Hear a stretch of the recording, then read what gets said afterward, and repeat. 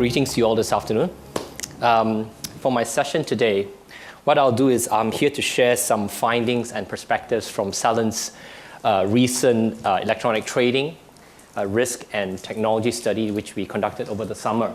I hope that this session will provide a current snapshot into the business priorities of capital markets institutions, looking at their regulatory initiatives and where they're at, as well as how industry executives see the future shape of their business models in the front office, especially in the light of current regulatory reforms.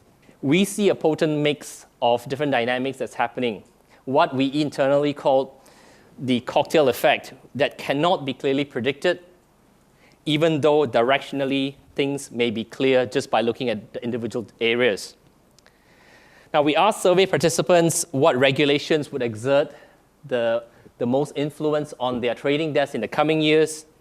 And unsurprisingly, capital and market structure changes are key issues. And respondents specifically cite Basel III CVA, liquidity, and Dodd-Frank derivative reforms as key issues. Now, looking forward, we also expect implementation expenditures for these regulations to be highly significant.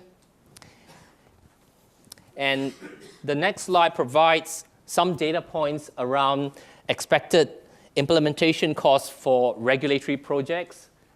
And here, just to add a bit of color, if we compare the regulations of the past 10 years, we see that derivative reforms, Dodd-Frank, EMIR, and Basel III, these are expected to cost individually between 150 to 350 million per regulation for a very large tier 1 global firm.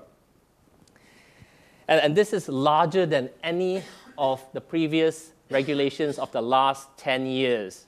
Overall, the key takeout here is that firms actually believe that bringing risk and performance metrics into the front line can be used to shape and facilitate the right level of risk-taking behavior, either from culture, performance, incentives within a firm's trading operations. And indeed, forward-thinking firms are already beginning to make some of these technology investments, interestingly enough, not just because of regulation, but because in anticipation of some of the strategic changes to the industry as a whole, and not just because of regulations that are coming down the pipeline. Now, when asked how aligned is the front office with an understanding of additional costs related to counterparty risk, liquidity, funding, and other regulatory ratios, responses indicate to us that the majority of firms, and here you can see more than 60% of firms indicating they have significant manual processes and checks, often with a lack of straight-through and data integration between the front office, pricing and decision points with middle and back office credit, risk, and capital management systems, which are required to actually produce some of these numbers in the front. The key point here is that multifaceted changes are required if firms are looking for breakthrough results. And then in a time when budgets are squeezed, firms need to be thinking about addressing some of the operational inefficiencies as well as ongoing run-the-bank maintenance type costs, whilst at the same time to not overlook innovation and value when you are doing compliance type initiatives.